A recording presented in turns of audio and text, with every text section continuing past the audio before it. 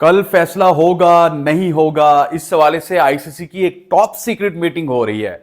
It's not the meeting of the board. मैं आपको inside story they रहा हूं कि टॉप सीक्रेट मीटिंग हो रही है। इस टॉप सीक्रेट मीटिंग में कौन शामिल होगा, क्या कुछ फैसले होंगे, उस हवाले से गपशप लगाएंगे और फिर आपको बताएंगे कि फखर जमान और मोहम्मद रिजवान अब आमने सामने हो चुके हैं। दोनों तरफ से बयानबाजी चल रही है। एक बयान क्या आया फखर जमान की जानिब से, दूसरी जानिब से मोहम्मद रिजवान ने क्या कुछ कहा और क्या यह कंट्रोवर्सी बनने जा रही है नहीं जा रही, दोनों खबरें आपके सामने रखेंगे। पहले थोड़ा सा आईसीसी मीटिंग को टच कर लेते हैं आज के इस वीलॉग के साथ। मैं हूं हसनैन लियाकत। जितने भी लोग हमारा ये चैनल देख रहे हैं, आपसे गुजारिश है हमारी इस वीडियो को लाइक कीजिएगा। अगर कुछ पसंद आए ना पसंद आए कमेंट सेक्शन में जरूर बताइएगा और हमें सब्सक्राइब जरूर कीजिएगा। आईसीसी की मीटिंग के हवाले से बात करते हैं। बिला आखिर वो जो बर्फ थी उसके पिघलने का वक्त आ चुका है, लेकिन आईसीसी की जो कल मीटिंग होने जा रही है ये कोई बोर्ड मीटिंग नहीं है। हमारी इत्तलात के मुताबिक जितना हमने मालूमात गैदर की है, मालूमात को इकट्ठा किया है, डिफरेंट सोर्सेज के साथ बात की है,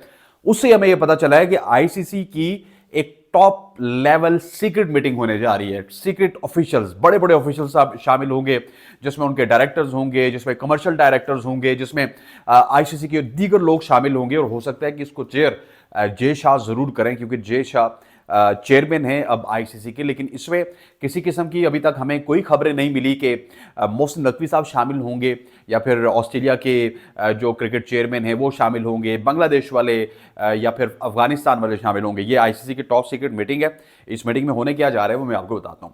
देखिए, अब मसला मसाइल ये बने हुए हैं कि पाकिस्तान कह रहा है रिटर्न गारंटी दे दें, इंडिया कह रहा है नहीं, हम आपका 3 साल का हाइब्रिड मॉडल मानते हैं लेकिन हम आपको रिटर्न गारंटी नहीं दे सकते। इस हवाले से उन्होंने अपनी गवर्नमेंट से भी रब्ता किया। अब गवर्नमेंट का स्टांस तो कल पता चल जाएगा अगर आईसीसी चेयरमैन जय शाह साहब वहां पे बैठे होंगे। लेकिन होगा क्या? देखिए, आईसीसी एक चीज चाह रहा है। आईसीसी ये चाह रहा है कि इस दफा जो भी है आप सिर्फ फोकस करें। ये आईसीसी चाह रहा है अब कि आप सिर्फ फोकस करें 2025 चैंपियंस ट्रॉफी के ऊपर।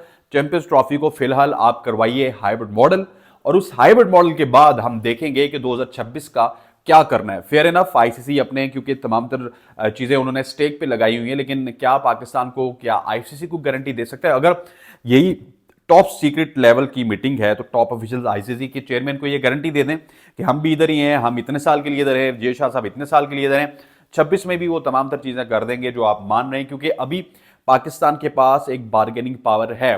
पाकिस्तान इस वजह से रिटर्न मांग रहा है क्योंकि आज चैंपियंस ट्रॉफी में वो आएंगे, इस वक्त पाकिस्तान के पास बार्गेनिंग पावर है। लेकिन अगर चैंपियंस ट्रॉफी में वो हाइब्रिड ले लेंगे तो फिर 26 में क्या करेंगे? 26 में फिर हमें वहां पे जाना पड़ेगा।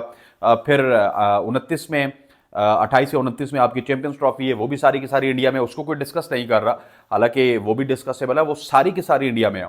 और 31 का जो वर्ल्ड कप है वो इंडिया और बांग्लादेश में है। सो यहाँ पर सबसे इंपॉर्टेंट वो जो 28-29 में हमारी चैंपियंस ट्रॉफी होनी है वो है, वो मेरे ख्याल 28 में है, if I am not wrong, या 29 में है।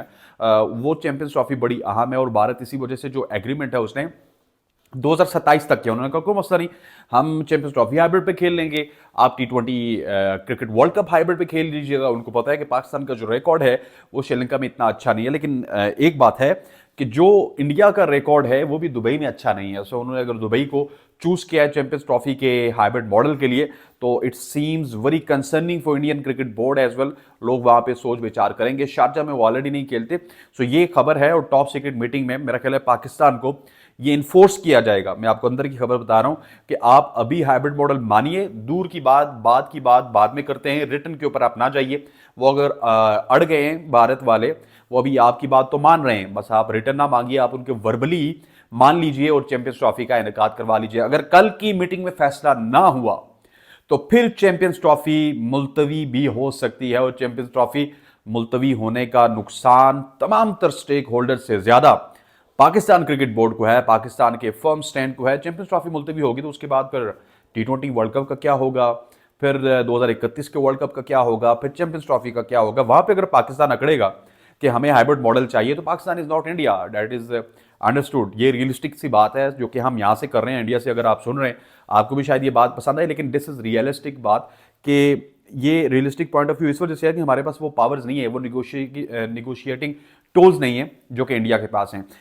नाउ फैसला अगर आईसीसी का हमने ना माना तो उसके बाद ये meeting cancel, ICC champions trophy cancel हो सकती है। आगे बढ़ते हैं। आगे एक बहुत बड़ा मुद्दा है फ़खर जमान और मोहम्मद रिजवान के हवाले से एक बयान आया था फ़खर जमान की जानिब से, जो कि उन्होंने हम टीवी पे ज़रीफ साहब हमारे दोस्त थे, उनको इंटरव्यू देते हुए उन्होंने कहा कि मैं मुकम्मल तौर पर फिट हूं, मेरी फिटनेस के कोई मसाइल नहीं है, फिट हूं, इसी वजह से चैंपियंस कप खेल रहा हूं, बैग पार्डन, चैंपियंस ट्रॉफी हमारे जहनों में है।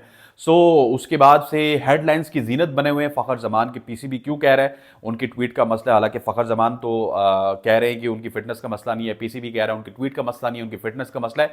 लेकिन एक बहुत बड़ा बयान आया है मोहम्मद रिजवान की जानिब से, जिन्होंने ये एड्रेस किया है तमाम प्रेस को। और लास्ट टाइम जब वो प्री सीरीज इंटरव्यू दे रहे थे तो उन्होंने कहा कि Fakhar Zaman is a match winner, उनकी फिटनेस के कोई मसाइल थोड़े बहुत हैं, लेकिन उनकी सेहत के मसाइल हैं। सेहत की वजह से हमने उनको कहा है कि आप अभी खेलिए चैंपियंस कप, उसके बाद हम देख लेंगे, आपको हमने वेस्ट इंडीज़ के दौरे में बुलाना है, ट्राई नेशन सीरीज में बुलाना है, या फिर चैंपियंस ट्रॉफी में बुलाना है। यहाँ पे दो कॉन्ट्रडिक्शन है। दो बड़े अच्छे दोस्त फ़खर जमान और मोहम्मद रिजवान इस वक्त आमने सामने होके एक दूसरे के खड़े हो चुके हैं। लेकिन अब देखना ये होगा कि ये जो गुत्थी है ये क्या सुलझेगी या नहीं सुलझेगी, क्योंकि अब इसमें यह भी हो सकता है कि बहुत ज़्यादा मीडिया की एक्सेस है।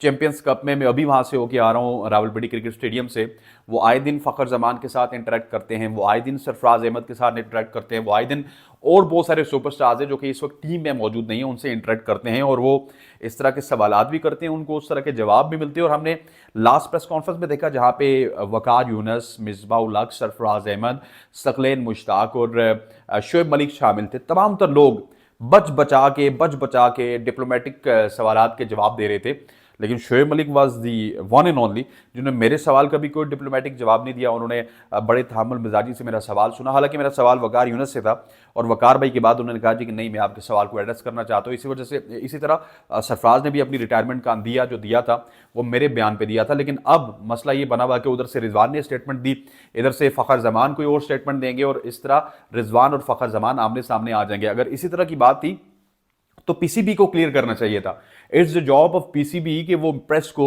ये रियलाइज करवाए कि नाउ फ़खर जमान का जो ट्वीट वाला इशू था वो डन एंड डस्टेड हो चुका है, उसको साइड पे रखिए। उनका फिटनेस का इशू भी डन एंड डस्टेड हो चुका है, उनकी कुछ बीमारी के इशू हैं। इस हवाले से एक जर्नलिस्ट भी हैं जिन्होंने बहुत बड़ा दावा किया था, थायराइड का कोई इशू बताया था या समथिंग लाइक दैट बताया था, जिसकी वजह से मैं आपको एक और बात बताऊं कि ये जो जितने भी फ़खर जमान की सेहत के हवाले से दावे हैं, इन पे मैं समझता हूं कि ये दावे ठीक हैं। उसकी वजह क्या है? देखिए, आपको जो नजर आता है ना, वो कहते हैं कि जो देखता हूं वही कहने का आदी हूं, मैं अपने शहर का सबसे बड़ा फसादी हूं, ये तो आपने सुना होगा। आज भी मैंने फ़खर जमान को देखा, ठीक है वो पहली गेंद पे आउट हो गए, लेकिन जब वो फील्डिंग कर रहे थे मुझे वो पुराना फ़खर जमान नजर नहीं आया। Honestly speaking, Fakhar Zaman is a new Fakhar Zaman, जिसकी फिटनेस के मसाइल तो मुझे नज़र नहीं आ रहे, लेकिन उनमें बहुत ज़्यादा कमज़ोरी है। इतना ज़्यादा कमज़ोरी क्यों है उनमें? बहुत उनका वेट गिरा हुआ है, और भागते दौड़ते ठीक हैं, लेकिन जितना उनका वेट गिरा हुआ है, मेरा ख्याल है कि फ़खर जमान भी किसी बीमारी में मुब्तला है। इस हवाले से बोर्ड को भी, फ़खर जमान को भी और मोहम्मद रिजवान को भी थोड़ा सा केयर भी करनी चाहिए। और मीडिया में जो बातें फैल रही हैं उनका जवाब प्रिसाइसली आके किसी एक जगह पे बैठ के दे दें, क्योंकि Fakhar is not kind of player के जो आपकी प्रायोरिटी में नहीं है तो उसको आप भूल जाएंगे, फट करके बुला देंगे, ऐसे नहीं होगा। Fakhar Zaman is a match winner, और वो चैंपियंस ट्रॉफी का 2017 का विनर है, और वो डिजर्व करता है कि 2025 की चैंपियंस ट्रॉफी भी खेले। That's all from my side. अस्सलाम वालेकुम।